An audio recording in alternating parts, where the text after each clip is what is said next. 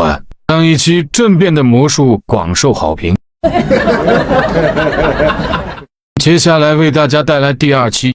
接下来是另外一种打法，就是打在树上或者石头上作为锚点，下原则，下面绕到下面，形成一个圈。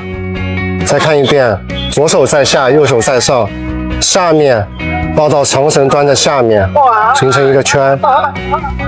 然后穿洞也是下原则。为什么下原则？等会儿就懂了。这边穿过来，然后绕着长绳往下走，所以是往下的原则。往下走绕一圈，再回这个洞，再回这个洞，看好。然后这边形成一个 U 型，然后再一收。为什么要预留一下，然后补个半截？随便你补个什么节，你真的当你用到这根绳子的时候，你估计不会再回收这根绳子，所以你随便再补一个什么节，然后再来一下也是可以的。就关键前面那个节大家要掌握。